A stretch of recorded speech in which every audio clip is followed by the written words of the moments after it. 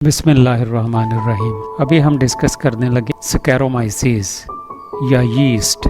एस्कोमाइसीज के ऐसे मेंबर्स जो यूनिसेल्युलर हैं और commonly they are present in the soil, decaying fruits पर और ऐसे मटेरियल पर जहां शुगरी सब्सटेंस ज़्यादा मौजूद हों, और यीस्ट बेकरीज़ में और ब्रूरीज़ में भी इस्तेमाल किए जाते हैं, जैसे केक्स में और मुख्तलिफ तरह की अल्कोहल बेवरेजेस बनाने के लिए या फर्मेंटेशन के प्रोसेस में यीस्ट जो है वो हम इस्तेमाल करते हैं। यीस्ट चूँकि यूनिसेल्युलर फंगस है तो समटाइम्स ये सेल जो हैं बडिंग के ज़रिए से ये चूँकि रिप्रोड्यूस करते हैं, तो बडिंग करते हुए ये हो सकता है कि एक सेल जब मदर सेल जो है वो बड बनाए तो बड जो है वो मदर सेल से सेपरेट ही ना हो, और they may be present in the form of chain. तो जब चेन की फॉर्म में ये प्रेजेंट होते हैं उस कंडीशन को हम सूडोमाइसीलियम कह देते हैं। और यूनिसेल अगर हम इनका ऑब्ज़र्व करें एक यीस्ट का, तो यीस्ट ज़ाहिर है एक यूकैरियोटिक सेल है जिसके बाहर की तरफ प्रेजेंट है cell wall that is made up of chitin, और उस सेल वॉल के नीचे ज़ाहिर है प्लाज्मा मेम्ब्रेन, और प्लाज्मा मेम्ब्रेन के नीचे साइटोप्लाज्म और सारी बॉडीज़ जैसे Golgi bodies, endoplasmic reticulum, rough भी, स्मूथ भी, और राइबोसोम्स एटसेट्रा, और lipid droplets in the form of reserve food material along with the glycogen के दोनों ही फूड मटेरियल इसमें प्रेजेंट है। माइटोकॉन्ड्रियन प्रेजेंट है, और न्यूक्लियस एक प्रोमिनेंट विद द वैक्यूल, ये जैसे एक न्यूक्लियस और एक वैक्यूल प्रेजेंट है प्रोमिनेंट। और न्यूक्लियस के पास स्पेशल स्पिंडल पोल बॉडीज़ हैं that are responsible for the formation of spindle like structures जो क्रोमोसोमल मूवमेंट में हेल्प करते हैं। यहाँ अगर आप गौर फरमाएं तो ये एक जगह हमने बनाई है या इस डायग्राम में रिप्रेजेंट किया, that is the bud scar. तो इससे मुराद है इस मदर सेल से यहाँ से एक बड जो है वो टूट के अलहदा हुआ है।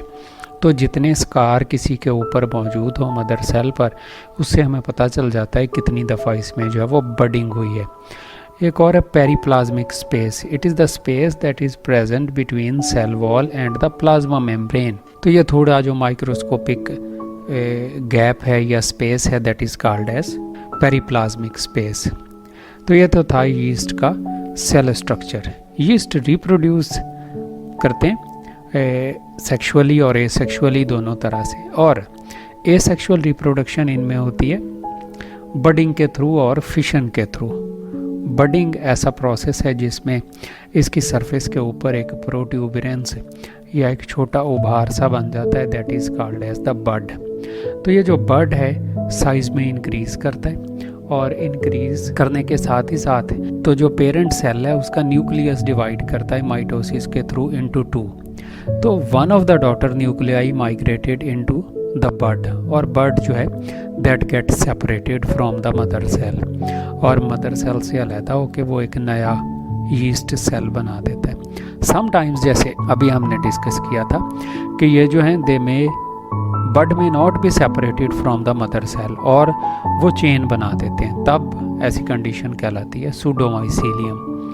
दूसरी कंडीशन जो एसेक्सुअल रिप्रोडक्शन में हो सकती है that is the fission. Fission का मतलब है टूट जाना। इसमें जो एक मदर सेल है वो इलोंगेट होता है और उसका न्यूक्लियस डिवाइड करता है और दरमियान में से पिंच ऑफ होके दो बना देता है, तो ऐसी कंडीशन कहलाती है फिशन। सेक्सुअल रिप्रोडक्शन या लाइफ साइकिल इसमें है डिफरेंट टाइप के। यीस्ट जो हैं वो दो तरह के होते हैं, एक डिप्लॉयड यीस्ट और हैप्लॉयड यीस्ट।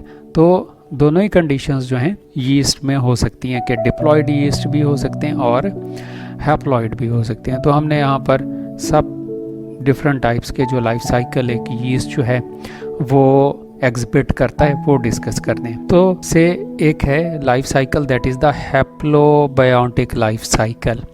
इसमें हैप्लॉयड स्टेज जो है वो डोमिनेंट स्टेज है इस यीस्ट में, जो कि यूजुअली फाउंड होती है स्कैरोमाइसीज ऑक्टोस्पोरस नामी यीस्ट में। तो हैप्लॉयड सेल्स हैं जो नेचुरली प्रेजेंट हैं। ये हैप्लॉयड सेल्स जो हैं फिशन के ज़रिए से एसेक्सुअल रिप्रोडक्शन तो करते ही रहते हैं, और कभी दो हैप्लॉयड सेल्स जो हैं वो एक दूसरे के साथ यूनाइट करते हैं, प्लाज्मोगैमी होती है। प्लाज्मोगैमी के बाद उनकी कैरियोगैमी भी हो जाती है, दोनों न्यूक्लियाई भी एक दूसरे के साथ फ्यूज़ करके तो डिप्लॉइड न्यूक्लियस बना देते हैं, जाइगोटिक न्यूक्लियस। ये जो डिप्लॉइड जाइगोटिक न्यूक्लियस है इसमें फ़ौरन ही होती है मियोसिस, जिसके नतीजे में 4 सेल्स बनते हैं और 4 सेल्स जो उनमें माइटोसिस होके 8 सेल्स बन जाते हैं।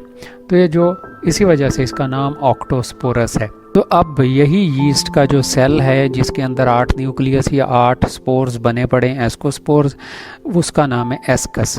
तो एस्कस में से एस्कोस्पोर्स रिलीज़ होते हैं और एनलार्ज होकर दोबारा से हैप्लॉइड यीस्ट बना देते हैं। तो इसमें डिप्लॉइड स्टेज जहाँ तक हम ऑब्ज़र्व करते हैं वो सिर्फ कैरियोगैमी जब इसमें होती है तो इसका ये जो जाइगोटिक सेल है सिर्फ उसी में एक डिप्लॉइड स्टेज आती है, बाकी सारा लाइफ साइकिल जो है वो हैप्लॉइड है।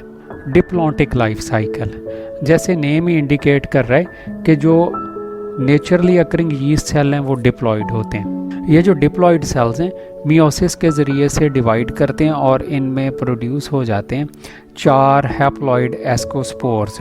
और ये जो 4 एस्कोस्पोर्स प्रोड्यूस हुए वो मदर सेल के अंदर ही, और मदर सेल को हमने अब कहना है एस्कस बन गया। ये जो 4 हैप्लॉइड सेल हैं उन्हीं में वही आपस में फ्यूज़ करते हैं और एस्कोस्पोर्स के दरमियान में पहले तो होती है प्लाज्मोगैमी, 2 हैप्लॉइड सेल्स के साइटोप्लाज्म मिल गए, उसके बाद दोनों की कैरियोगैमी हो जाती है।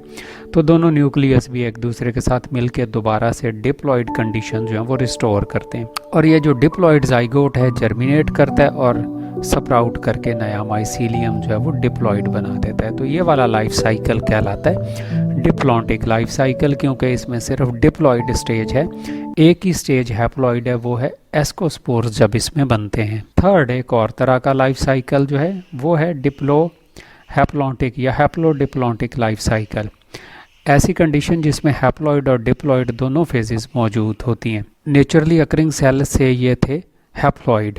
ये जो हैप्लॉइड सेल हैं ये नॉर्मली फिशन या बडिंग के थ्रू तो रिप्रोड्यूस करते ही रहते हैं, एसेक्सुअल तो ज़ाहिर है हैप्लॉइड ही सेल बनाएंगे, बट समटाइम्स प्लाज्मोगैमी होती है, दोनों में साइटोप्लाज्म हो गए, एक दूसरे के साथ फ्यूज़ हो गए और फ्यूज़ होने के बाद दोनों के न्यूक्लियस भी फ्यूज़ हो जाते हैं, जिससे हो जाती कैरियोगैमी और डिप्लॉइड न्यूक्लियस बन जाता है। अब ये जो डिप्लॉइड सेल बनते हैं ये फ़ौरन ही मियोसिस के ज़रिए से दोबारा हैप्लॉइड नहीं बनाते, बल्कि ये बडिंग के ज़रिए से रिप्रोड्यूस करते रहते हैं। तो ऐसा यीस्ट है जिसमें 2 क्लियर कट स्टेजेस जो हैं, एक हैप्लॉइड और एक डिप्लॉइड यीस्ट में प्रेजेंट है। इसी वजह से हम इन्हें कहते हैं हैप्लोडिप्लॉन्टिक लाइफ साइकिल। समटाइम्स ये जो डिप्लॉइड सेल्स हैं वो उनमें होती है मियोसिस और मियोसिस के नतीजे में प्रोड्यूस करते हैं एस्कोस्पोर्स इनसाइड द एस्कस, और ये चारों एस्कोस्पोर्स जो हैं वो जर्मिनेट करके हैप्लॉइड जनरेशन अगेन बना देते हैं।